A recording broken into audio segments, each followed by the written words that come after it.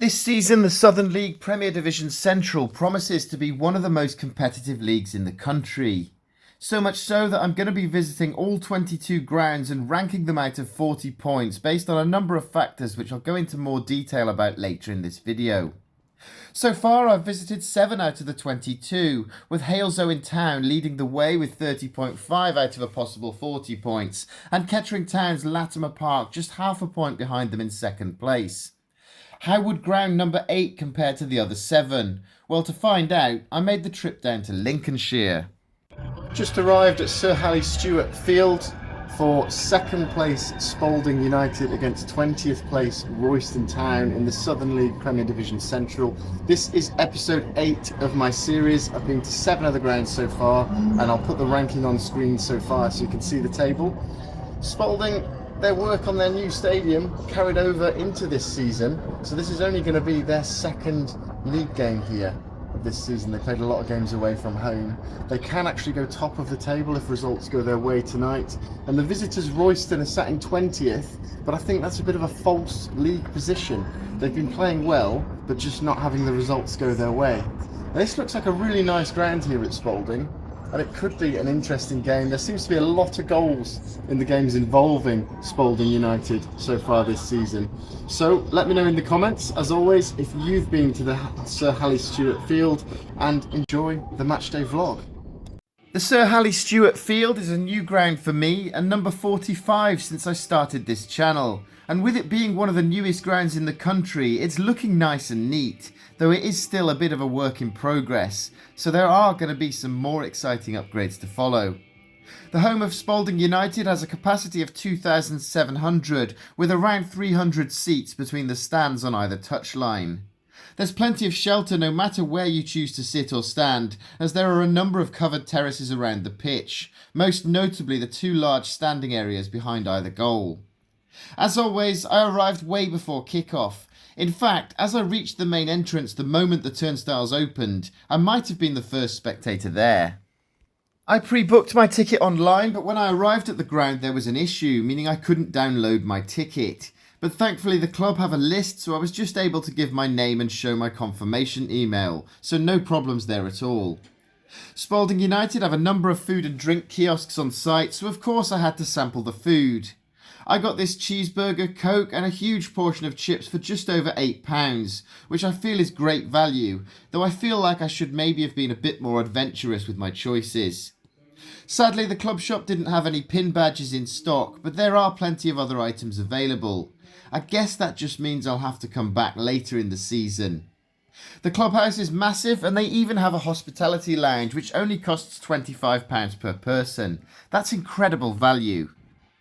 As I mentioned in my intro, Spalding United go into this one second in the table and just 1 point behind leaders Harbour Town, and they could go top should results go their way. And with 5 wins from their last 6 games in all competitions, they would have to go into this one as favourites.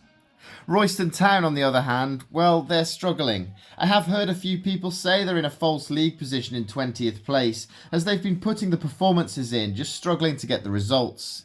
As it stands, their only league win came away to Quorn, which, given how well they've started the season, was a bit of a shock result. Spalding United have to be favourites here then. Anticipating the Royston Town goalkeeper being the busier of the two, I took my place down the far end of the stadium, and I'm not so sure about this car park. Could you just pay £3 to park, then watch the game from the car? Like I said, this stadium is still a work in progress.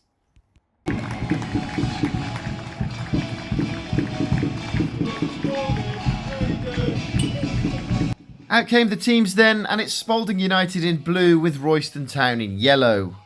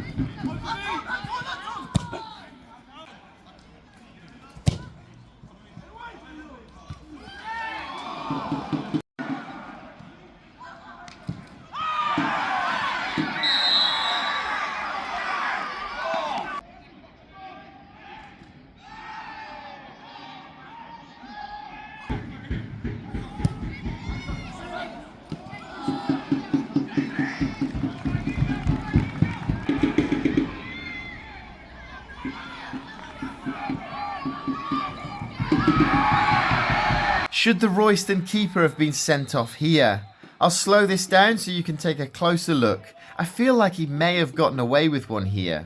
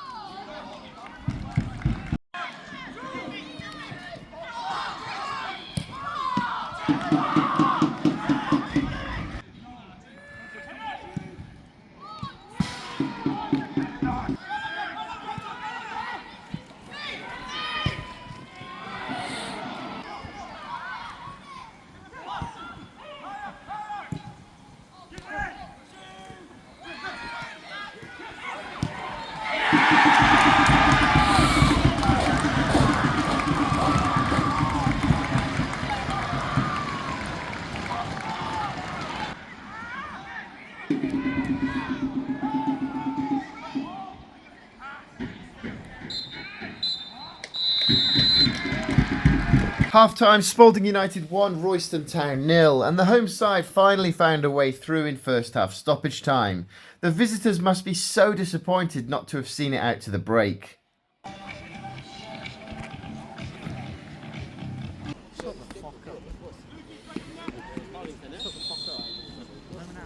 How's this for a second half performance though?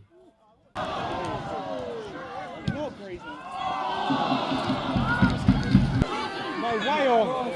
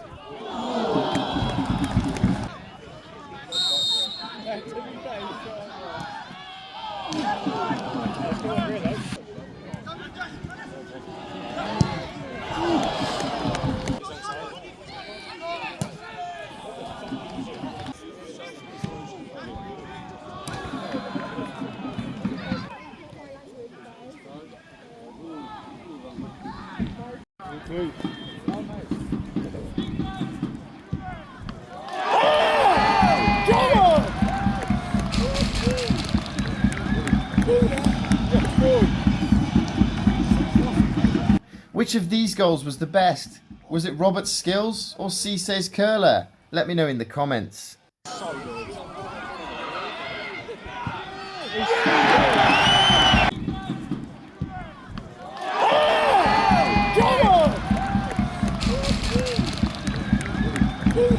That wasn't the end of the goal scoring though.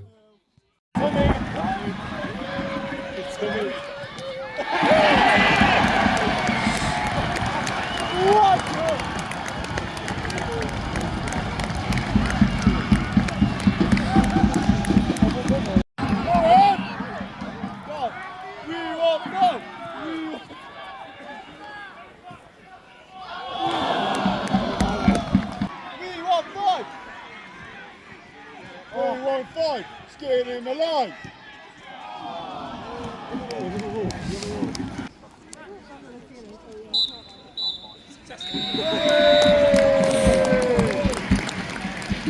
Final score, Spalding United 4, Royston Town 0, in a dominant second half display from the home side, who look very strong going forward.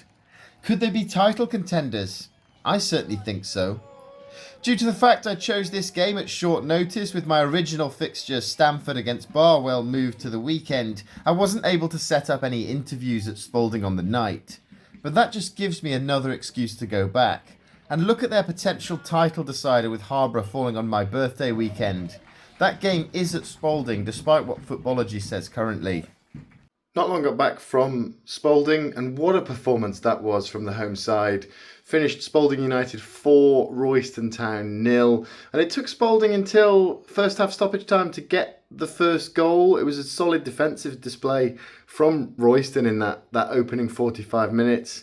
I think the goalkeeper was lucky he didn't get sent off for the handball outside the area, though I need to watch the clip back. So I mean, the referee gave him a yellow card, so he must have seen a foul. And for me, if the goalkeeper handles outside the area, I think it's a straight red. So the goalkeeper may have made a mistake. The referee may have made a mistake there. It didn't make that much difference in the end, because in the second half, Spalding United were immense. I didn't think I was going to see a better team than Harbour Town, and I'm not saying Spalding United are better than Harbour Town, but if they play like that, they are going to blow teams away, and I think they've shown that in the last 3 games, because unless I'm mistaken, that's 13 goals for them in 3 matches. They beat, I think it was Bishop Stortford 4-1, they beat Sudbury 5-1, and they've now beaten Royston 4-0 tonight. Spalding are actually top now as well, because Harbour Town dropped points against Stratford Town tonight, 0-0 draw. And I think it's going to be an intense title battle between those two and maybe 1 or 2 other teams. We know that Harbour Town are going to grind out results, but when players like Riley O'Sullivan aren't playing, like tonight he wasn't playing, are they going to lack that cutting edge? Then again, they're not going to concede many goals. Whereas Spalding, I think, are going to go into games, not sit on a 1-0 lead. They're going to go win 3-4, 5-0. So if they're level on points, that goal difference might count for a lot. And that game between Spalding and Harbour in January, I know we're only 11 games in, but the league is starting to take shape now. So let me know in the comments if you've been to Spalding United's new ground. Let me know also who you think is going to win the league, and enjoy these rankings. So with Harbour drawing 0-0 with Stratford Town, Spalding United now top the table, though the Bees still do have that important game in hand. Look how close this title race is though. This is why I wanted to cover this league. It's brilliant. Royston Town still sit in 20th after that defeat, but with the bottom of the league just as tight as the top, a couple of wins would start to pull them away from the relegation zone, and I don't think their league position reflects their true quality. Despite the scoreline, I didn't think Royston were a bad side. They were just beaten by the better team on the night. On to these rankings then. I know this is what you've been waiting for, so where does the Sir Halley Stewart Field rank alongside the rest of the league? I'm ranking each stadium out of 5 for their atmosphere, playing surface, food, facilities, view and accessibility, with a further 10 points on offer for my overall matchday experience, meaning each club has 40 points available to them. The league table is on screen right now, and as you can see, Halesowen Town still lead the way, with the Grove getting 30.5 out of 40. And can anyone beat that? Well, here's what I thought of Spalding United. Atmosphere-wise, Spalding United isn't the worst in the league, but it feels a way off the likes of Stourbridge and Halesowen. You could argue that I only saw this ground for a midweek game, but that argument falls apart when I mention that my trip to Stourbridge was also midweek. There were a few lively fans behind the goal on the near side, but not enough of them to push the score up. It's a 3 out of 5 for Spalding. The playing surface is perhaps the easiest category to score them on, considering I decided at the start of the season that artificial pitches would get a 3 out of 5 by default. So, 3 out of 5. What about the food then? Well, the Sir Halley Stewart has a lot of tasty looking options available, and maybe I should have tried to be a bit more adventurous with my choices, but I just fancied my usual. The food is fantastic value at just over £8 for a burger, chips and a drink, and the portion was huge, but I still have to stand by the food at Alvechurch being the best so far. Spalding United's food gets 3.5 out of 5. Facilities-wise, Spalding United is excellent, and I feel that will just keep getting better over time. There's enough food kiosks on site to keep the wait times down, and that clubhouse is really nice with plenty of seating, so they get a solid 4 out of 5. How's the view then? Well, when I was doing my walk around the pitch, I went up to the main stand and had to clarify whether it was staff and directors seating only, as this is the best view of the pitch. Had this stand been off limits to the general fan base, I would have lowered the score, but seeing as you are able to come watch the game here, it does push their rating up. There aren't really any places where the view is obstructed, so I feel like this ground will have one of the best views in the league, even from the car park. 4 out of 5. Regarding accessibility, I'm not just talking about disabled access, but how easy this stadium is to get to and move around in while you're here. And I feel this ground has been developed with a heavy focus on disabled access. With there being a wide walkway all around the pitch, it makes the ground easy to get around in even if you have mobility issues, and there are large seating areas around the food kiosks. Despite what Spalding United's website says, there is on-site parking for both club officials and fans. There is also the bus station car park next to the ground, which is pay and display. And with the ground being very close to Spalding Town Centre, it's really easy to get around to by road. In fact, I think this is probably the most accessible stadium I've come across so far, so they get a massive 4.5 out of 5. What about the matchday experience overall then? This category is perhaps the most important of them all, as it's worth 10 points. I'm scoring this category based on the game, my thoughts on the stadium overall, and my general experience at the ground. So far, I feel like I've been totally spoiled with exceptional supporter-focused clubs like Quorn and Alvechurch, and although I did enjoy Spalding United overall, I just felt like it does fall marginally short of some of the other clubs on this list. The staff are a huge credit to this club though, and everyone I spoke to was really friendly and keen to get me to come back again. I do feel like I'm being a little bit harsh on Spalding United in this category, but I have to be honest, they do fall a little short of the likes of Quorn overall, so they get 6.5 out of 10. Spalding United get a total of 28.5 points, which is highly respectable, and I think it's probably the most balanced out of the grounds I've visited so far. They've scored well in each category, so I'd strongly recommend you giving them a visit if you enjoy ground hopping. Where does that leave them in the table? Well, they haven't troubled Halesowen Town or Kettering Town, but they are joint third with Harborough Town's Beehive. But how do I settle a tie, you ask?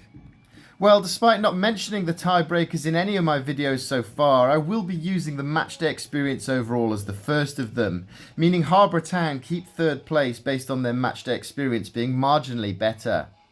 So, fourth place for Spalding United, and what did you think of this rating? Was I a little harsh, or did I overscore them? Let me know in the comments, subscribe if you enjoyed this video, and next up for me is a big one as I travel down to Exeter for the Devon Derby. Enjoy this little outtake, and why not check out the rest of my Southern League Premier Central series, which you can see on screen right now.